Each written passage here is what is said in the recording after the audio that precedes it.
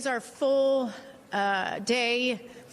first day on scene, and we have a lot to cover. In fact, we started the morning with a 2-hour meeting just to organize our investigative groups and walk through what we needed to accomplish today. Fortunately, the entire NTSB team has arrived. Like I said, yesterday we had significant delays with investigators getting here due to backups of TSA lines, and in fact I understand that this press conference had to move because the lines were actually wrapping around the building. But I do have a lot of investigative information to share today. First, as I mentioned yesterday, we were able to take possession of the cockpit voice recorder and the flight data recorder. That was at 9:57 a.m. Eastern Daylight Time. Our local investigator, had immediately began a trip down to our headquarters in Washington, D.C. to take the CVR and FDR to our labs for downloading and for analysis. We do have some preliminary information to share from the final 3 minutes of from the cockpit voice recorder. And again, I just want to say it's preliminary and is subject to change. And for that, I'm going to turn that piece over to Doug Brazee. Thank you, Madam Chairwoman. The airplane was equipped with an Acron Aviation model Survivor 2.5 cockpit voice recorder and an Acron Aviation model FA2100 flight data recorder. The cockpit voice recorder contained more than 25 hours of good quality audio across 4 separate channels. The flight data recorder contained approximately 80 hours of data and recorded more than 400 parameters. The NTSB will convene a cockpit voice recorder group scheduled for tomorrow at the NTSB headquarters in Washington, D.C. to review the accident flight recording and produce a written transcript. The following is a summary of events captured on the cockpit voice recorder during the final 3 minutes of the recording. All times are referenced to the end of the CVR recording. 3 minutes and 7 seconds prior to the end of the recording, the approach controller instructed the airplane to contact LaGuardia Tower. At 2 minutes and 45 seconds, the flight crew lowered the landing gear. At 2 minutes and 22 seconds, the flight crew checked in with the LaGuardia Tower. At 2 minutes and 17 seconds, the LaGuardia Tower cleared the airplane to land on runway 4 and advised that they were number 2 for landing. At time 1 minute and 52 seconds, the flight crew set the flaps to 30 degrees. At 1 minute and 33 seconds, the flight crew set the flaps to 45 degrees. At 1 minute and 26 seconds, an electronic 1,000 call-out occurred from the enhanced ground proximity warning system, indicating that the airplane was 1,000 feet above the ground. At 1 minute and 12 seconds, the flight crew confirmed that the landing checklist was complete.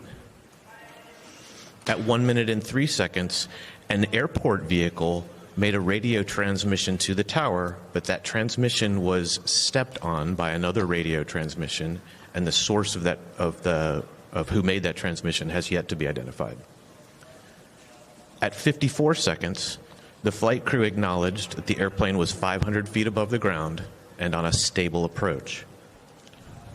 At 40 seconds, the LaGuardia Tower asked which vehicle needed to cross a runway. At 28 seconds, Truck 1 made a radio transmission to the tower. At 26 seconds, the tower acknowledged that radio transmission. At 25 seconds, Truck 1 requested to cross runway 4 at taxiway Delta. At 20 seconds, the tower cleared Truck 1 and company to cross runway 4 at taxiway Delta. At 19 seconds, an electronic 100 enhanced ground proximity warning system callout occurred. At 17 seconds, Truck 1 read back the runway crossing clearance. At 14 seconds, an electronic 50 callout. At 12 seconds, an electronic 30 callout. And at that same time, the tower instructed a Frontier Airlines flight to hold position. At 11 seconds, an electronic 20 callout occurred. And at 10 seconds, an electronic 10 callout occurred. At 9 seconds, the tower instructed Truck 1 to stop. At 8 seconds, there was a sound consistent with the airplane's landing gear touching down on the runway. At 6 seconds, there was a pilot transfer of controls from one pilot to the other. And at 4 seconds, the tower again instructed Truck 1 to stop. At 0 seconds, the recording ended. Thank you, Madam Chairwoman. Mr. Brazy had mentioned that 6 seconds before the end of the recording, the pilot transferred controls. We do know that the first officer was flying and transferred control to the captain. With respect to aircraft rescue and firefighting operations, we will be developing a timeline of events. We do know that they were responding to a United Airlines flight 2384 at the gate, which had 2 aborted takeoffs, and the ARF, or the Aircraft Rescue and Firefighters, had received information that there were fumes or a smoke or some sort of smell in the cabin, so they were en route to address that.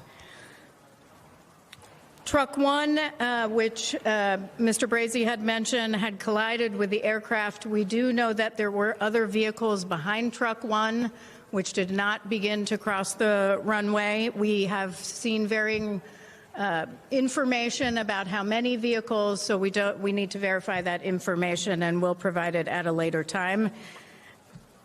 Truck 1, however, did not have a transponder.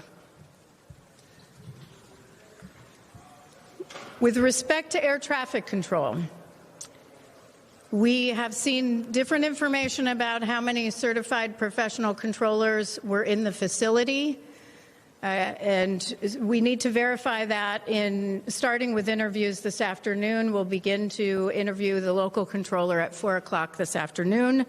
We do have logs, but there's also conflicting information, including dates and times on the logs. So now we have to go through that and rectify some of those inconsistencies. We do, however, know that there were 2 people in the cab, 2 people in the tower cab at the time of collision, the local controller and the controller in charge. Again, local controller and controller in charge. For those who may be watching and aren't familiar with aviation, the local controller manages active runways and the immediate airspace surrounding the airport. That local controller had signed on at 10:45, and the shift would have ended at 6:45 a.m. That doesn't mean that he was in position at 10:45, but that he had just signed in at 10:45 p.m. The controller in charge is responsible for safety of operations, all safety of operations. He had clocked in or signed in at 10:30 p.m.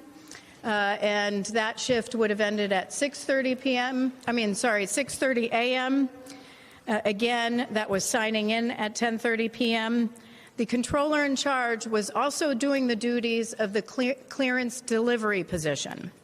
The clearance delivery controller provides pilots with their departure clearance. It is not clear who was conducting the duties of the ground controller. We have conflicting information. We have some information saying it was the controller in charge. We have some information saying it was the local controller. The ground controller duties are that they manage all aircraft and vehicle movements on the taxiways, and that generally excludes active runways. So these two positions were combined into two positions. And what we do know is that that is in the standard operating procedures for LaGuardia. It's for the midnight shift. It's also common practice across the national airspace where you would have two controllers in the tower cab during the midnight shift. The midnight shift, as a reminder, is one that we have many times at the NTSB raised concerns about with respect to fatigue. Again, I do not know. We have no indication that was a factor here, but it is a shift that we have been focused on in past investigations. Now, we also know, as I had mentioned yesterday, that LaGuardia has ASDX. ASDX is a runway safety system which allows air traffic controllers to track surface movement of aircraft and vehicles. Yesterday, I mentioned that we requested from FAA the ASDI replay of the event. That is a replay of the display of information that would have been available in the tower cab. We also asked the Tech Center for the analysis of ASDI. Their analysis shows that the ASDX system did not alert. The analysis, and I'm going to quote the analysis here. I will repeat it a second time. ASDX did not generate an alert due to the close proximity of vehicles merging and unmerging near the runway, resulting in the inability to create a track of high confidence. Again, the analysis is, quote, ASDX did not generate an alert due to the close proximity of vehicles merging and unmerging near the runway, resulting in the inability to create a track of high confidence. Now, I saw the replay, and there were two targets, so radar, because there's no transponder, you have radar. So two targets with radar returns on taxiway Delta. What it looks like on a replay are two blobs on taxiway Delta.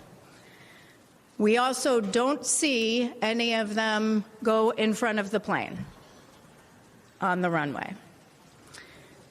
We do also know from the replay that the runway status lights were functioning according to the replay, but we still have to verify that with Tech Ops from the FAA. Now, I do want to address one thing, which is reports of distraction. I have seen a number of reports from press about distraction, whether there was distraction among controllers. Look, I would caution pointing fingers at controllers and saying distraction was involved. This is a heavy workload environment.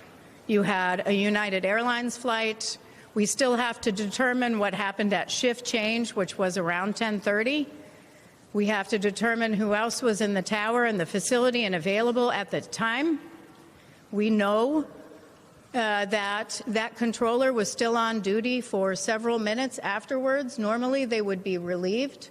We have questions about that. Was anybody available to relieve that controller? We don't know that yet. We also have questions about what else was occurring, what other traffic they were dealing with at the time. So one thing I will close with before I take questions is we rarely, if ever, investigate a major accident where it was one failure. Our aviation system is incredibly safe because there are multiple layers of defense built in to prevent an accident. So when something goes wrong, that means many, many things went wrong. And so here, that's why we're here. We're here to prevent this from reoccurring, prevent this from happening again. And that's going to take some time. So with that, I will take questions. I ask that you raise your hand, state your name and your affiliation.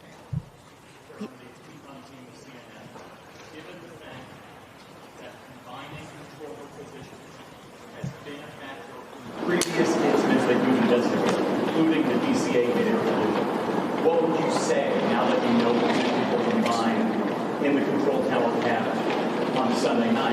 Is that a safe practice? And does it make you upset that the positions were combined? So there's a little bit of a difference in the question is on combining positions, because we saw the combining of positions in the mid-air collision that occurred near Ronald Reagan Washington National Airport about a year ago. Our understanding right now, and again, this is preliminary and subject to change, our understanding is that in the DCA midair, there were procedures followed, a list like traffic volume, staffing available, training, workload that was considered in order to combine positions like the helicopter position and the local control position in DCA.